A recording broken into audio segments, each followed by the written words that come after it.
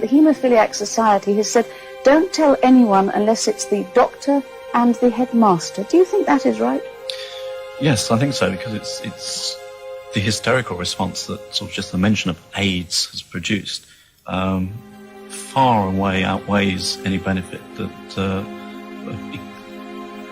expressing it on a wider scale is going to have. Well, it's been devastating for many people. They've had to go underground in many ways.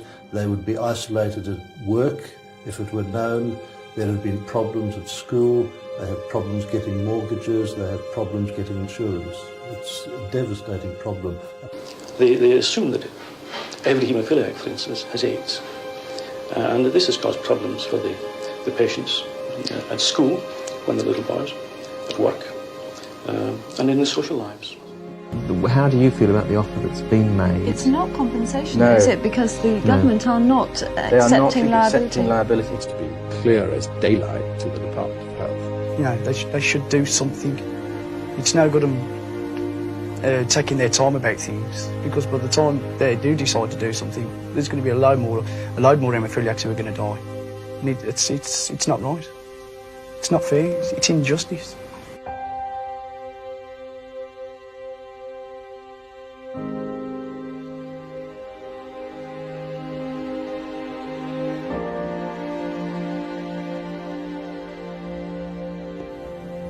Courtney Hilliard was a professional stuntman until he was infected by hepatitis C, the blood product factor VIII he took to control haemophilia. They say before 1986, the government ignored medical advice about the risks of factor VIII. This is the greatest treatment disaster in the whole history of the National Health Service. That's what we're talking about.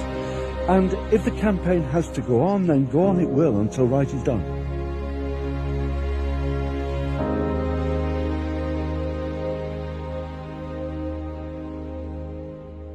We'll let them get away with murder.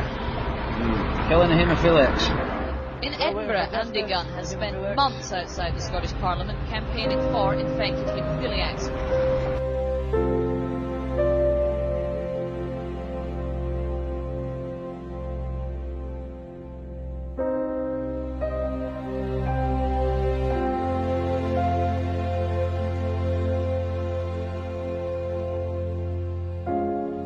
This wasn't a public inquiry. The government always refused to hold one, though the Scottish government's promising one. Lord Archer volunteered to conduct this investigation. But the question is whether the recommendations of the inquiry will actually be carried out. They need to start telling us the truth. You know, that's what this is really about. This case is about the reasons that they've rejected Lord Archer's recommendation. Contaminated blood, support for infected and bereaved persons bill, Lords. Honourable moved. Object. Objection taken. Take the move. Object. Objection taken. Contaminated blood, support for infected and bereaved persons bill, Lords. Not moved. It is a symbol of their suffering, but it barely hints at the pain felt by Mark Ward and Tony Farrugia. This morning, the campaigners delivered a wreath to the Department of Health.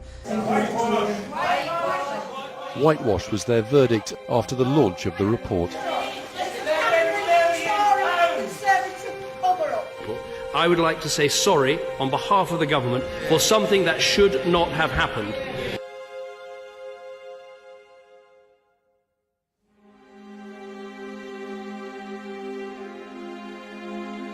The bottom line is these people do need an acknowledgement of liability. The protest was composed, but its message clear for all to see. This is the biggest scandal in the NHS. These are innocent victims. Many of us believe, even if the government's not going to admit it, that there is negligence and there is culpability here. It could give rise to court action against the government because of the implication of negligence. And I ask that you should consider these points with the society, but with no implication that the government will take any action. And here we are, almost 30 years on, in almost exactly the same situation. Over 1,000 haemophiliacs who died of HIV from contaminated blood. When I found out I was pregnant, it broke my heart. It really broke my heart because I knew that he'd never get to meet him.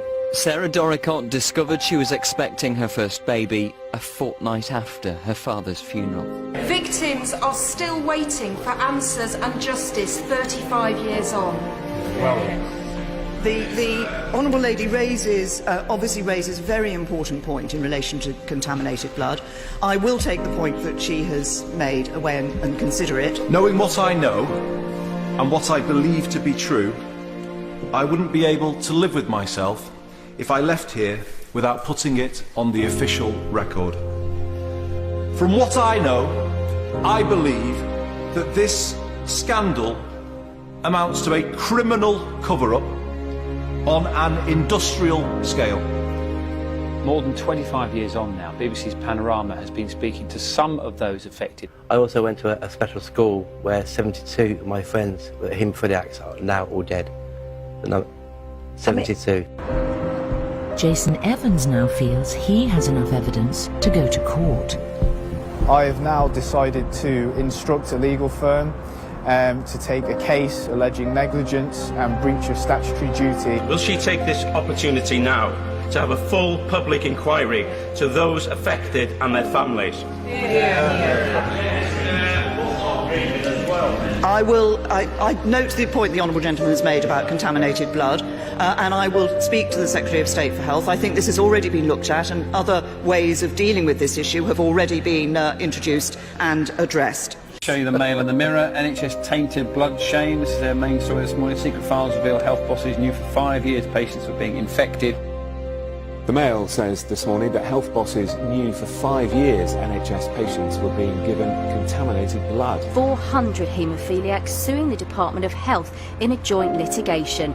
It's been called a cover-up on an industrial scale. Now, that's emotive language, but the more you hear about it, the more you read about it, the more you talk to people who have been deeply involved in it, and people whose lives have been ruined, you can't help but come back to that cover-up on an industrial scale. Now a joint letter signed by 6 opposition leaders calls the scandal one of the worst peacetime disasters in our country's history.